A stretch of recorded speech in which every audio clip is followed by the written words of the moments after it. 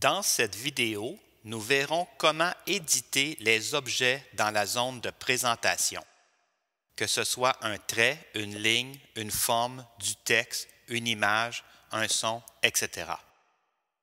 Je fais un rectangle jaune avec un petit contour noir. Je clique sur Forme, je choisis le rectangle, je choisis la couleur de remplissage et la couleur de contour. Je choisis l'épaisseur du contour et le type de contour si nécessaire. Je trace mon rectangle. Et je reprends mon outil de sélection. Je sélectionne ou je clique sur mon objet. Il y a 3 éléments de manipulation qui apparaissent autour de mon objet. Une poignée qui me permet de redimensionner l'objet.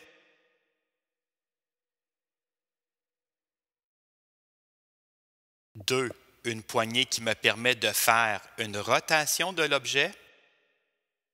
3. Un menu contextuel qui me permet d'éditer l'objet de diverses façons.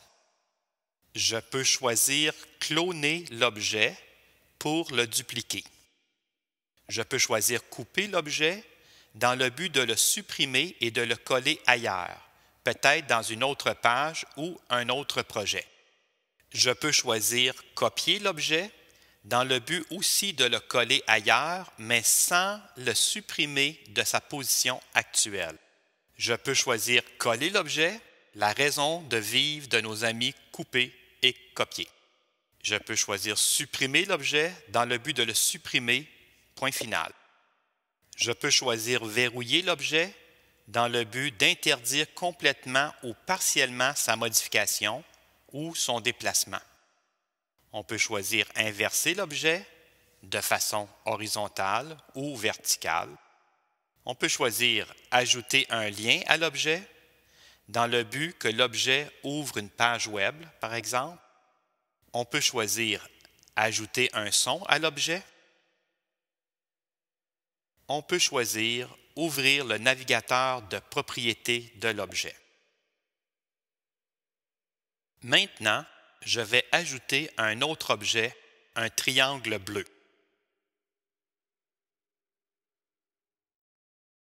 Je reprends mon outil de sélection.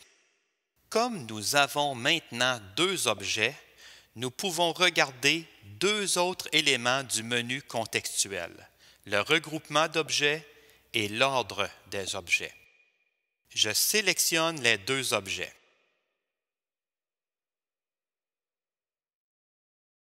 À l'aide du menu contextuel, je choisis Regroupement puis Grouper.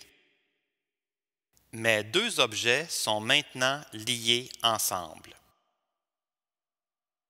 Je peux les dissocier en utilisant le menu Regroupement puis Dissocier.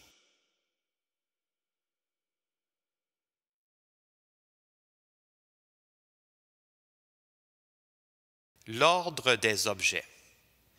Je désire que le triangle soit en dessous du rectangle. Je choisis le menu Ordre, puis Reculer d'un plan. Ou bien, je pourrais choisir Mettre en arrière-plan si mon objet était celui que je voudrais en dessous de tous les autres objets qui se superposent dans la page. Les 4 choix du menu Ordre nous permettent de parer à toutes les situations de superposition. Pour terminer, regardons la fonction d'édition dans le menu contextuel Cloneur, cloneur à l'infini de l'objet, pour que l'on puisse dupliquer l'objet simplement en le glissant vers un autre endroit. Fantastique pour que les élèves puissent faire des choix en partant d'une banque d'objets proposée par l'enseignant.